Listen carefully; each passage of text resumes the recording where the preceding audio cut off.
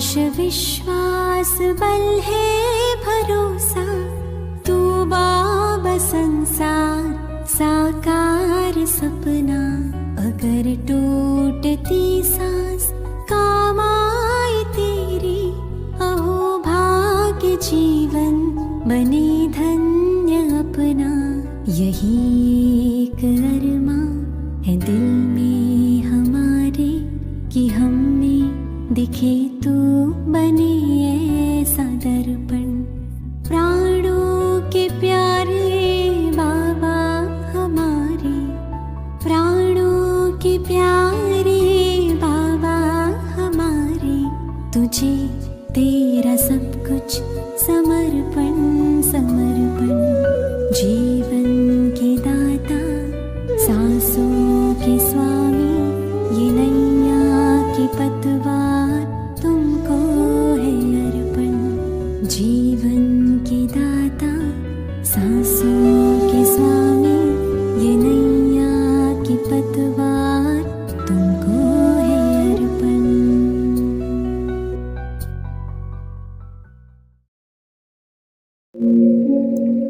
ओम शांति। प्रातः मुरली। ओम शांति। बाप दादा मधुबन। आज प्यारे बाबा ने कहा, मीठे बच्चे, तुम्हारा फर्ज है सबको स्थायी सुख और शांति का रास्ता बताना। शांति में रहो और शांति की बख्शीश इनाम दो। आज प्यारे बाबा ने हम बच्चों से प्रश्न किया, किस गुह्य राज को समझने के लिए बेहद की बुद्धि चाहिए? प्यारे बाबा ने उत्तर दिया, ड्रामा की जो सीन जिस समय चलनी है उस समय ही चलेगी। इसकी एक्यूरेट आयु है। बाप भी अपने एक्यूरेट टाइम पर आते हैं। इसमें 1 सेकंड का भी फर्क नहीं पड़ सकता है। पूरे 5000 वर्ष के बाद बाप आकर प्रवेश करते हैं। यह गुह्य राज समझने के लिए बेहद की बुद्धि चाहिए। गीत है, बदल जाए दुनिया न बदलेंगे हम। ओम शांति। रूहानी बच्चों प्रति रूहानी बाप बैठ समझाते हैं, बच्चों को रास्ता बताते हैं, शांति धाम और सुख धाम का। इस समय सब मनुष्य विश्व में शांति चाहते हैं। हर एक इंडिविजुअल भी चाहते हैं और विश्व में भी शांति चाहते हैं। हर एक कहते हैं मन की शांति चाहिए। अब वह भी कहाँ से मिल सकती है? शांति का सागर तो बाप ही है, जिससे वर्षा मिल सकता है। इंडिविजुअल भी मिलता है, होलसेल भी मिलता है, यानी सबको मिलता है। जो बच्चे पढ़ते हैं, समझ सकते हैं, हम शांति का वर्षा लेने अपना भी पुरुषार्थ करते हैं, औरों को भी रास्ता बताते हैं। विश्व में शांति तो होनी ही है, चाहे कोई वर्षा लेने आए व न आए। बच्चों का फर्ज है सब बच्चों को शांति देना है। यह समझ नहीं सकते 2-4 को वर्षा मिलने से क्या होगा। कोई को रास्ता बताया जाता है, परंतु निश्चय न होने कारण दूसरों को आप समान बना नहीं सकते। जो निश्चय बुद्धि हैं, वह समझते हैं बाबा से हमको वर मिल रहा है, वरदान देते हैं ना, आयुष्मान भव, धनवान भव भी कहते हैं। सिर्फ कहने से तो आशीर्वाद नहीं मिल सकती। आशीर्वाद मांगते हैं तो उनको समझाया जाता है, तुमको शांति चाहिए तो ऐसे पुरुषार्थ करो, मेहनत से सब कुछ मिलेगा। भक्ति मार्ग में कितनी आशीर्वाद लेते हैं, माँ बाप, टीचर, गुरु आदि सबसे मांगते हैं हम सुखी और शांत रहें, परंतु रह नहीं सकते क्योंकि इतने ढेर मनुष्य हैं, उनको सुख शांति मिल कैसे सकती। गाते भी हैं शांति देगा, बुद्धि में आता है, हे परमपिता परमात्मा हमको शांति की बख्शीश करो। वास्तव में बख्शीश उसको कहा जाता है जो चीज उठाकर देवे। कहेंगे यह तुमको बख्शीश है, इनाम है। बाप कहते हैं बख्शीश कोई कितनी भी करते हैं, धन की, मकान की, कपड़े आदि की करते हैं, वह हुआ दान पुण्य अल्पकाल के लिए। मनुष्य मनुष्य को देते हैं, साहूकार गरीब को अथवा साहूकार साहूकार को देते आए हैं। परंतु यह तो है शांति और सुख स्थायी। यहाँ तो कोई एक जन्म के लिए भी सुख शांति नहीं दे सकते, क्योंकि उनके पास है ही नहीं। देने वाला एक ही बाप है। उनको सुख, शांति, पवित्रता का सागर कहा जाता है। ऊंच से ऊंच भगवान की ही महिमा गाई जाती है। समझते हैं उनसे ही शांति मिलेगी, फिर वह साधु संत आदि पास जाते हैं, क्योंकि भक्ति मार्ग है ना, तो फेरा फिराते रहते हैं। वह सब है अल्पकाल के लिए पुरुषार्थ। तुम बच्चों का अभी यह सब बंद हो जाता है। तुम लिखते भी हो बेहद के बाप से 100% पवित्रता, सुख, शांति का वर्षा पा सकते हो। यहाँ 100% अपवित्रता, दुख, अशांति है, परंतु मनुष्य समझते नहीं। कहते ऋषि मुनि आदि तो पवित्र हैं, परंतु पैदाइश तो फिर भी विष से होती है ना। मूल बात ही यह है, रावण राज्य में पवित्रता हो न सके। पवित्रता, सुख आदि सबका सागर एक ही बाप है। तुम जानते हो हमको शिव बाबा से 21 जन्म अर्थात आधा कल्प 2500 वर्ष के लिए वर्षा मिलता है। यह तो गारंटी है। आधा कल्प सुखधाम, आधा कल्प है दुखधाम। सृष्टि के 2 भाग हैं, एक नई, एक पुरानी। परंतु नई कब, पुरानी कब होती है, यह भी जानते नहीं। झाड़ की आयु इतनी एक्यूरेट बता न सके। अभी बाप द्वारा तुम इस झाड़ को जानते हो। यह 5000 वर्ष का पुराना झाड़ है। इनकी एक्यूरेट आयु का तुमको पता है। और जो झाड़ होते हैं उनकी आयु का किसको पता नहीं होता है, अंदाज बता देते हैं। तूफान आया, झाड़ गिरा, आयु पूरी हो गई। मनुष्यों का भी अचानक मौत होता रहता है। इस बेहद के झाड़ की आयु पूरे 5000 वर्ष है। इसमें एक दिन न कम न जास्ती हो सकता है। यह बना बनाया झाड़ है, इसमें फर्क नहीं पड़ सकता। ड्रामा में जो सीन जिस समय चलनी है उस समय ही चलेगी, हूबहू रिपीट होना है। आयु भी एक्यूरेट है। बाप को भी नई दुनिया स्थापन करने आना है। एक्यूरेट टाइम पर आते हैं। 1 सेकंड का भी उसमें फर्क नहीं पड़ सकता। यह भी अब तुम्हारी बेहद की बुद्धि हुई, तुम ही समझ सकते हो। पूरे 5000 वर्ष बाद बाप आकर प्रवेश करते हैं, इसलिए शिवरात्रि कहते हैं। कृष्ण के लिए जन्माष्टमी कहते हैं, शिव की जन्माष्टमी नहीं कहते। शिव की रात्रि कहते हैं, क्योंकि अगर जन्म हो तो फिर मौत भी हो। मनुष्यों का जन्म दिन कहेंगे, शिव के लिए हमेशा शिवरात्रि कहते हैं। दुनिया में इन बातों का कुछ भी पता नहीं। तुम समझते हो शिवरात्रि क्यों कहते हैं, जन्माष्टमी क्यों नहीं कहते। उनका जन्म दिव्य अलौकिक है, जो और कोई का हो नहीं सकता। यह कोई जानते नहीं शिव बाबा कब कैसे आते हैं, शिवरात्रि का अर्थ क्या है, तुम ही जानते हो। यह है बेहद की रात। भक्ति की रात पूरी हो, दिन होता है ब्रह्मा की रात, और दिन तो फिर ब्राह्मणों का भी हुआ। एक ब्रह्मा का खेल थोड़े ही चलता है। अब तुम जानते हो, अब दिन शुरू होना है। पढ़ते पढ़ते जाए, अपने घर पहुंचेंगे, फिर दिन में आएंगे। आधा कल्प दिन और आधा कल्प रात गाई जाती है, परंतु किसकी भी बुद्धि में नहीं आता। वो लोग तो कहेंगे कि कलयुग की आयु 40,000 वर्ष बाकी है, सतयुग की लाखों वर्ष है।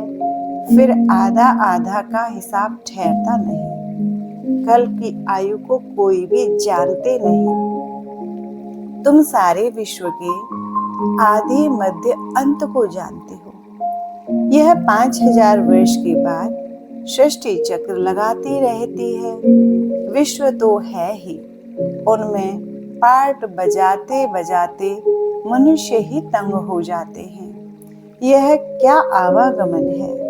अगर 84 लाख जन्मों का आवागमन होता तो पता नहीं क्या होता। न जानने के कारण कल्प की आयु भी बढ़ा दी है। अभी तुम बच्चे बाप से सम्मुख पढ़ रहे हो, अंदर में भासना आती है। हम प्रैक्टिकल में बैठे हैं। पुरुषोत्तम संगम युग को भी जरूर आना है। कब आता है, कैसे आता है, यह कोई भी नहीं जानते। तुम बच्चे जानते हो तो कितना गदगद होना चाहिए। तुम ही कल्प कल्प बाप से वर्षा लेते हो, अर्थात माया पर जीत पाते हो, फिर हारते हो। यह है बेहद की हार और जीत। उन राजाओं की तो बहुत ही हार जीत होती रहती है। अनेक लड़ाइयाँ लगती रहती हैं। छोटी सी लड़ाई लगती है तो कह देते अब हमने जीता। क्या जीता? थोड़े से टुकड़े को जीता।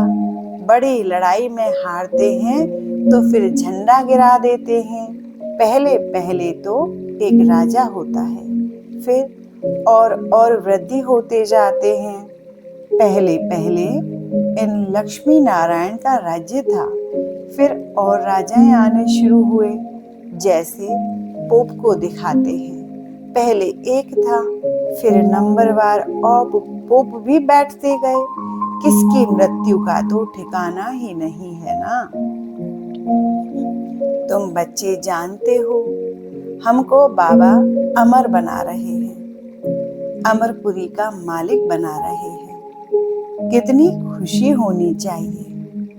यह है मृत्यु लोक, वह है अमर लोक। इन बातों को नया कोई समझ ना सके, उनको मजा नहीं आएगा जितना पुरानों को आएगा। दिन प्रतिदिन वृद्धि को पाते रहते हैं। निश्चय पक्का हो जाता है। इसमें सहनशीलता भी बहुत होनी चाहिए। यह तो आसुरी दुनिया है, दुख देने में देरी नहीं करते।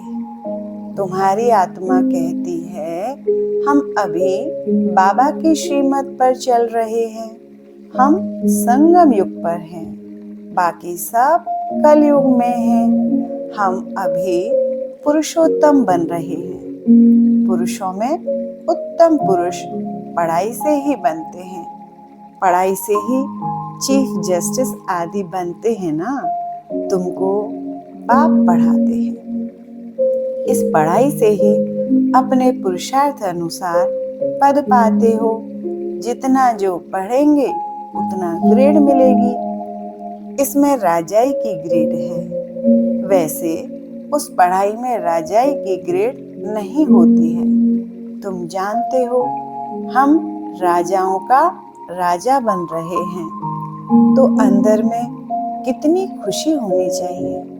हम डबल सिरताज बहुत ऊंच बनते हैं। भगवान बाप हमको पढ़ाते हैं, कभी कोई समझ ना सके कि निराकार बाप कैसे आकर पढ़ाते हैं। मनुष्य पुकारते भी हैं, हे पतित पावन, आकर हमको पावन बनाओ, फिर भी पावन बनते नहीं। बाप कहते हैं, काम महाशत्रु है। तुम एक तरफ पुकारते हो कि पतित पावन आओ, अब मैं आया हूँ, कहता हूँ बच्चे पतित बना छोड़ दो, तो तुम छोड़ते क्यों नहीं? ऐसे थोड़े ही बाप तुमको पावन बनाए और तुम पतित बनते रहो। ढेर ऐसे पतित बनते हैं। कोई सत्य बताते हैं, बाबा यह भूल हो गई। बाबा कहते हैं, कोई भी पाप कर्म हो जाए तो फौरन बताओ। कोई सच, कोई झूठ बोलते हैं। कौन पूछते हैं? मैं थोड़े ही एक एक के अंदर को बैठ जानूंगा, यह तो हो न सके। मैं आता ही हूँ सिर्फ राय देने। पावन नहीं बनेंगे तो तुम्हारा ही नुकसान है। मेहनत कर पावन से फिर पतित बन जाएंगे तो की कमाई चट हो जाएगी, लज्जा आएगी। हम खुद ही पतित बन पड़े हैं, फिर दूसरों को कैसे कहेंगे कि पावन बनो? अंदर खाएगा कि हमने कितना फरमान का उल्लंघन किया। यहाँ तुम बाप से डायरेक्ट प्रतिज्ञा करते हो, जानते हो बाबा हमको सुख धाम, शांति धाम का मालिक बना रहे हैं, हाजिर नाजिर हैं। हम उनके सम्मुख बैठे हैं। इनमें पहले यह नॉलेज थोड़े ही थी, न कोई गुरु ही था जिसने नॉलेज दी। अगर गुरु होता तो सिर्फ एक को ज्ञान देंगे क्या? गुरुओं के फॉलोअर्स तो बहुत होते हैं ना, एक थोड़े ही होगा। यह समझने की बातें हैं ना। सद्गुरु है ही एक, वह हमको रास्ता बताते हैं, हम फिर दूसरों को बताते हैं। तुम सबको कहते हो बाप को याद करो, बस ऊंचते ऊंच बाप को याद करने से ही ऊंच पद मिलेगा। तुम राजाओं के राजा बनते हो, तुम्हारे पास अनगिनत धन होगा। तुम अपनी झोली भरते हो ना, तुम जानते हो बाबा हमारी झोली खूब भर रहे हैं। कहते हैं कुबेर के पास बहुत धन था, वास्तव में तुम हर एक कुबेर हो। तुमको वैकुंठ रूपी खजाना मिल जाता है। खुदा दोस्त की भी कहानी है। उनको जो पहले मिलता था उसको एक दिन के लिए बादशाही देते थे। यह सब दृष्टांत हैं। अल्लाह माना बाप, वह अव्वल दीन रचता है, फिर साक्षात्कार हो जाता है। तुम जानते हो बरोबर, हम योग बल से विश्व की बादशाही लेते हैं। अच्छा, मीठे मीठे सिखलते बच्चों प्रति माता पिता बाप दादा का याद प्यार और गुड मॉर्निंग। रूहानी बाप की रूहानी बच्चों को नमस्ते। हम रूहानी बच्चों की रूहानी माता पिता और बाप दादा को नमस्ते नमस्ते नमस्ते। ओम शांति। शुक्रिया बाबा, शुक्रिया। धारणा के लिए मुख्य सार। पहला पॉइंट, इस आसुरी दुनिया में बहुत बहुत सहनशील बनकर रहना है। कोई गाली दे, दुख दे तो भी सहन करना है। बाप की श्रीमत कभी नहीं छोड़नी है। प्यारे बाबा ने दूसरा पॉइंट दिया, डायरेक्ट बाप ने पावन बनने का फरमान किया है, इसलिए कभी भी पतित नहीं बनना है। कभी कोई पाप हो जाए तो छिपाना नहीं है। आज प्यारे बाबा ने हम बच्चों को वरदान दिया, एक नामी और इकोनॉमी के पाठ द्वारा हलचल में भी अचल अडोल भव। समय प्रमाण वायुमंडल अशांति और हलचल का बढ़ता जा रहा है। ऐसे समय पर अचल अडोल रहने के लिए बुद्धि की लाइन बहुत क्लियर होनी चाहिए। इसके लिए समय प्रमाण, टचिंग और कैचिंग पावर की आवश्यकता है। इसको बढ़ाने के लिए एक नामी और इकोनॉमी वाले बनो। एक नामी और इकोनॉमी करने वाले बच्चों की लाइन क्लियर होने के कारण बाप दादा के डायरेक्शन को सहज कैच कर हलचल में भी अचल अडोल रहते हैं। आज प्यारे बाबा ने हम बच्चों को स्लोगन दिया, स्थूल सूक्ष्म कामनाओं का त्याग करो, तब किसी भी बात का सामना कर सकेंगे। आज के अव्यक्त इशारे स्वयं और सर्व के प्रति मनसा द्वारा योग की शक्तियों का प्रयोग करो। अभी मनसा की क्वालिटी को बढ़ाओ तो क्वालिटी वाली आत्माएं समीप आएंगी। इसमें डबल सेवा है, स्वयं की भी और दूसरों की भी। स्व के लिए अलग मेहनत नहीं करनी पड़ेगी। प्रारब्ध प्राप्त है, ऐसी स्थिति अनुभव होगी। इस समय की श्रेष्ठ प्रारब्ध है सदा स्वयं सर्व प्राप्तियों से संपन्न रहना और संपन्न बनाना। अच्छा, ओम शांति। तो ये थे आज के परमात्मा मधुर महावाक्य। ओम शांति।